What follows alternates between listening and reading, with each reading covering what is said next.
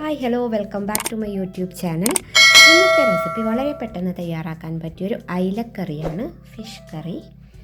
അതിനുവേണ്ടി ആദ്യം തന്നെ കുറച്ച് പുളി വെള്ളത്തിലിട്ട് വെക്കാം, അതൊന്ന് കുതിരട്ടെ. ഇനി നമുക്ക് കറിക്ക് വേണ്ടിയുള്ള അരപ്പ് തയ്യാറാക്കാം. അതിനുവേണ്ടി ഒരു മിക്സിയുടെ ജാറിൽ ഒരു മുറി തേങ്ങ ചിരകിയത് ഇട്ട് കൊടുക്കുക. അതിൻ്റെ കൂടെ തന്നെ ഒരു സ്പൂൺ മുളക് പൊടി ഇട്ട് കൊടുക്കുക. ശേഷം അര സ്പൂൺ മഞ്ഞൾപ്പൊടി ഇട്ട് കൊടുക്കുക. അതിൻ്റെ കൂടെ തന്നെ കുറച്ച് ചെറിയ ജീരകം ഇട്ട് കൊടുക്കുക. പെരുംജീരകമല്ല, സാധാരണ ജീരകം തന്നെയാണ് ഇട്ട് കൊടുക്കേണ്ടത്. കൂടെ കുറച്ച് കറിവേപ്പിലയും കൂടി ഇട്ട് നന്നായി ഒന്ന് അരച്ചെടുക്കാം. ഈ അരപ്പിൻ്റെ കാര്യത്തിൽ ഒരു കോംപ്രമൈസും ഇല്ല, നല്ല മഷി പോലെ അരച്ചെടുക്കുക. എന്നാലേ ഈ ഫിഷ് കറിക്ക് നല്ല ടേസ്റ്റ് ഉണ്ടാവുള്ളൂ. ഇതുപോലെ അരച്ചെടുത്തിട്ട് വരിക. അതിനുശേഷം നമ്മളൊരു കറിച്ചട്ടി എടുത്ത് അതിലേക്കൊരു 4 പച്ചമുളക് കീറിയിട്ട് കൊടുക്കുക. കൂടെ തന്നെ കുറച്ച് ഇഞ്ചി ചെറുതായി അരിഞ്ഞതിട്ട് കൊടുക്കുക.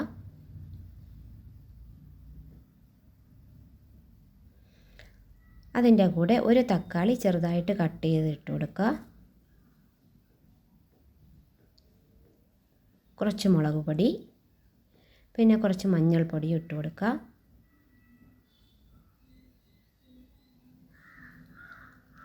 അതിനുശേഷം കുറച്ച് കറിവേപ്പില കൂടി ഇട്ട് കൊടുക്കുക.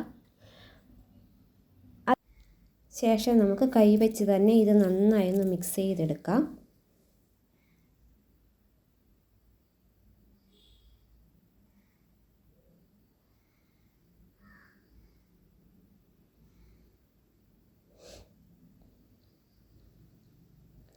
ഇനി ഇതിലേക്ക് നമ്മൾ എടുത്തു വച്ചിരിക്കുന്ന പുളിവെള്ളം ഒഴിച്ചു കൊടുക്കുക. പുളിവെള്ളവും ഒഴിച്ച് നമുക്ക് നന്നായി വീണ്ടും ഒന്ന് മിക്സ് ചെയ്ത് കൊടുക്കാം.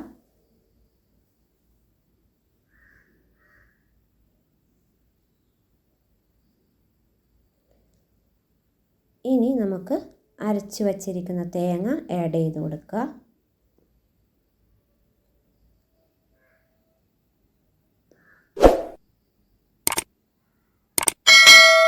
ഇനി ഈ മിക്സിയുടെ ജാറിലേക്ക് കുറച്ചുകൂടി വെള്ളം ഒഴിച്ച് എല്ലാം കൂടി ഒന്ന് കഴുകി അതിലേക്ക് ഒഴിച്ചു കൊടുക്കുക.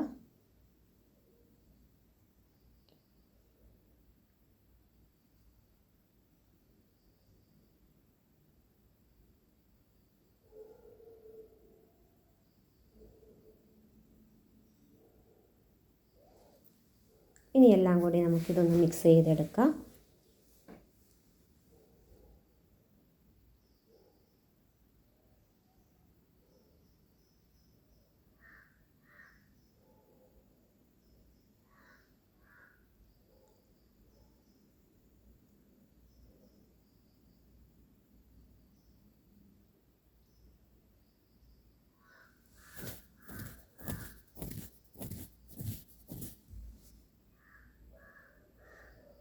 അരപ്പ് ഇവിടെ റെഡി ആയിട്ടുണ്ട്. ഇനി ഇതിലേക്ക് നമുക്ക് ആവശ്യത്തിനുള്ള ഉപ്പ് കൂടി ചേർത്ത് കൊടുക്കുക.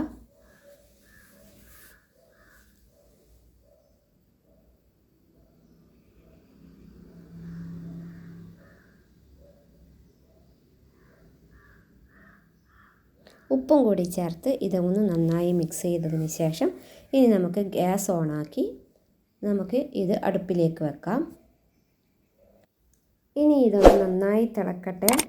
തിളച്ച് കഴിഞ്ഞതിന് ശേഷം മാത്രം നമ്മൾ എന്ത് ചെയ്യുക, ഫിഷ് ഇട്ട് കൊടുക്കുക. കാരണം ഫിഷ് പെട്ടെന്ന് വേവുന്നതായിരിക്കും. അതുകൊണ്ട് ഈ കറി നന്നായി തിളച്ചതിന് ശേഷം നമുക്ക് ഫിഷ് ഇട്ട് കൊടുക്കാം.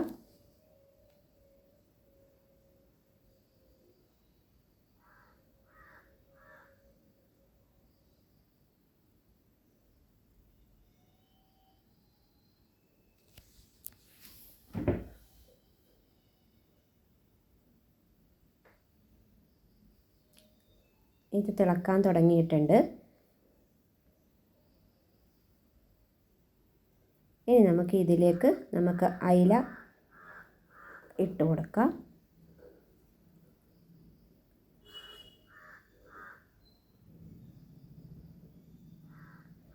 ഇനി ഇതെല്ലാം കൂടി നന്നായി ഒന്ന് വേവട്ടെ.